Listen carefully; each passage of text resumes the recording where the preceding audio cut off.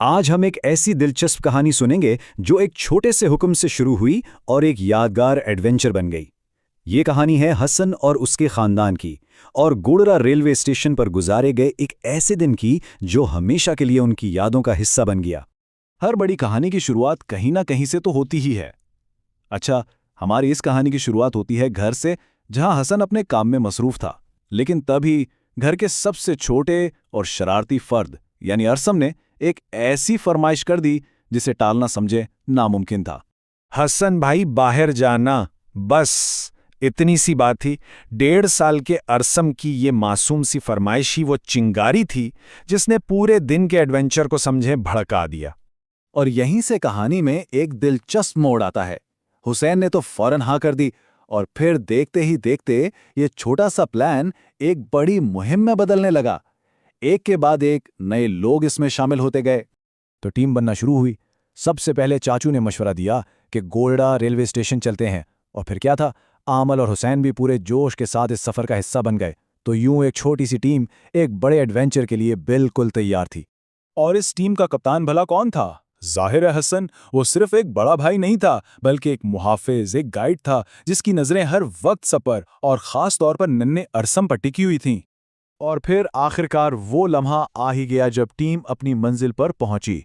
गोला railway station ये सिर्फ एक स्टेशन नहीं था, बल्कि एक जादुई दुनिया की तरह था, जहां हर आवाज एक नई कहानी सुना रही थी और हर नज़ारा एक नया राज खोल रहा था। पहली बार ट्रेन की पटरियों को देखकर बच्चों की आंखों में जो चमक थी ना, वो वाकई देखने लायक थी। ये उनके लिए एक बिल्कुल नई दुनिया थी और उनका तजस्सुस हर चीज को छू कर देखना चाहता था। और अरसम का क्या हाल था? अरे उसने तो स्टेशन पर कदम रखते ही अपना फुल नॉटी मोड ऑन कर लिया था। उसकी हंसी, उसकी दौड़ें और उसकी तालियां इस पूरे एडवेंचर को और भी रंगीन बना रही थी। और यहीं से कहानी का सबसे दिलचस्प हिस्सा शुरू होता है। एक तरफ थी अरसम की बेकाबू तवन्नाई और दूसरी तरफ थी हसन की मजबूत हिफाजती दीवार। लाइन से दूर रहो, आहिस्ता चलो। हुसन की आवाज में फिक्र और मोहब्बत का एक खूबसूरत मिलाप था। ये सिर्फ अल्फाज नहीं थे, ये एक बड़े भाई की जिम्मेदारी का एहसास था जो अपने छोटों की हिफाजत के लिए हर पल तैयार खड़ा था। लेकिन भला अरसम की तवानाई को कौन रोक सकता था? वो तो बस अपनी ही धुन में मगन था और हसन की मौजूदगी उसे और भी बेखौफ बना रही थी। और फिर वो लम्हा आया जिसका सबको इंतजार था। पटरियों पर खड़ा एक पुराना भारी भरकम ट्रेन का इंजन।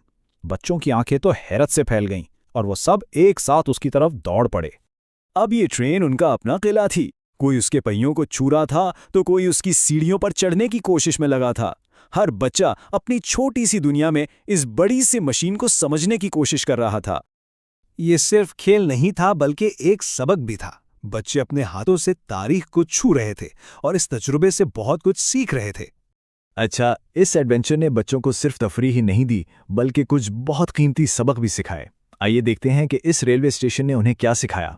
उन्होंने सीखा कि हर सफर में कुछ असूल होते हैं जिन पर अमल करना जरूरी है।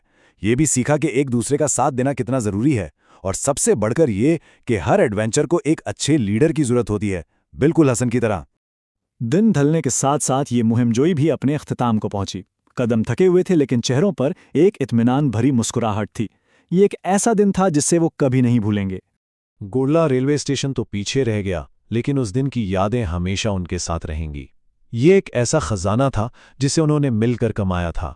तो अगली बार जब कोई छोटा बाहर जाने की फरमाइश करे तो याद रखिएगा कि शायद ये एक बहुत बड़े एडवेंचर का आगाज हो। वैसे जिंदगी की सबसे यादगार मुहिम। अगर आपको हमारी कहानियाँ पसंद आईं तो बराहे करम हमारे चैनल को सब्सक्राइब करें, वीडियो को लाइक करें और कमेंट में हमें अपनी कहानियाँ ज़रूर बताएं।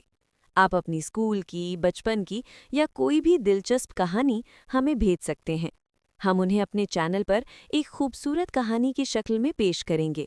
तो देर न करें, अपनी कहानी का हिस्सा बनें और हमें अपनी दिलचस्प कहानियाँ भेजें।